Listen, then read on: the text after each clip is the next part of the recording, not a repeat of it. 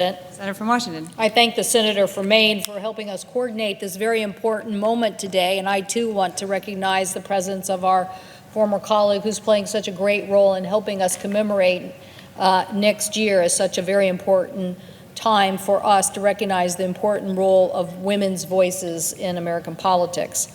I join my colleagues, Madam President, today to commemorate the 100th anniversary of the Senate's passing of the 19th Amendment, and to honor all the women who struggled hard and long to make sure that our democracy included our voices, the voices of all women.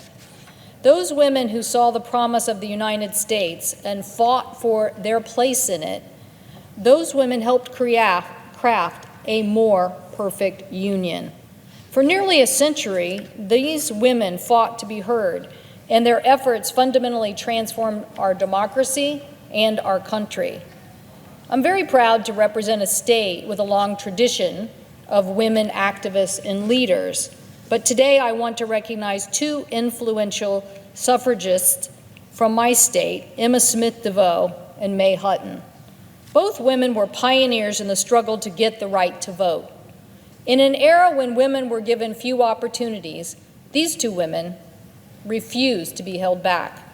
They instead paved a way for women to fully engage in the political process.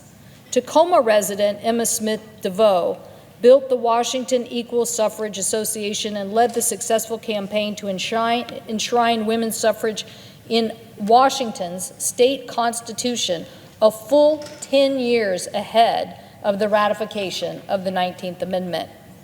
She helped win the right to vote for women in Idaho in 1896 and led campaigns in other states, speaking and organizing rallies and sit-ins, and she helped fund and found the National Council of Women Voters to continue nationwide suffrage movement and educate newly enfranchised women about politics across the country. Her efforts got her the nickname, the Mother of Women's Suffrage. May Hutton, the other activist from our state, overcame a very difficult childhood.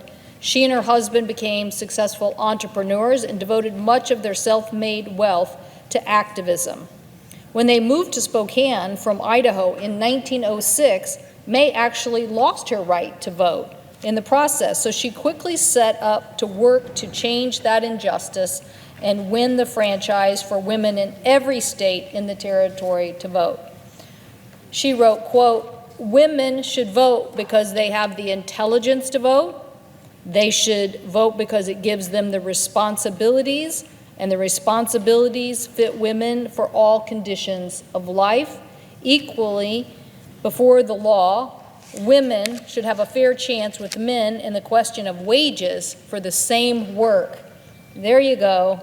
A century ago, someone standing up for women to have the same wage and work, and that is the work we continue here today.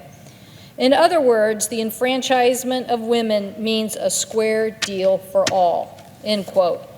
So May stood tall for more than just women's rights, and she proposed extending the franchise to all adults regardless of sex, race, or color. Washington's territorial legislature gave women the right to vote in 1883, but it was struck down by the courts. So it took the efforts continually of Ms. DeVoe and Ms. Hutton and so many other women who finally gained the franchise in Washington in 1910, a full decade before this right was guaranteed nationally. Emma Smith DeVoe and May Hutton paved the way for so many women.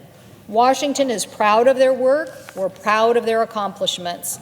And as we honor them today, we must also recognize the struggle for equal rights is still not over.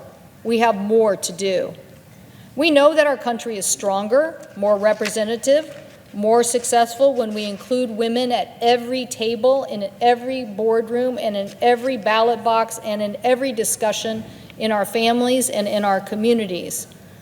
But we need to just simply be reminded of the example of Emma and May so that other suffragists know that we remember their work and are grateful for it, and that we are going to continue the fight to get equal access and equal representation in all issues in the United States. I thank the President, and I yield the floor.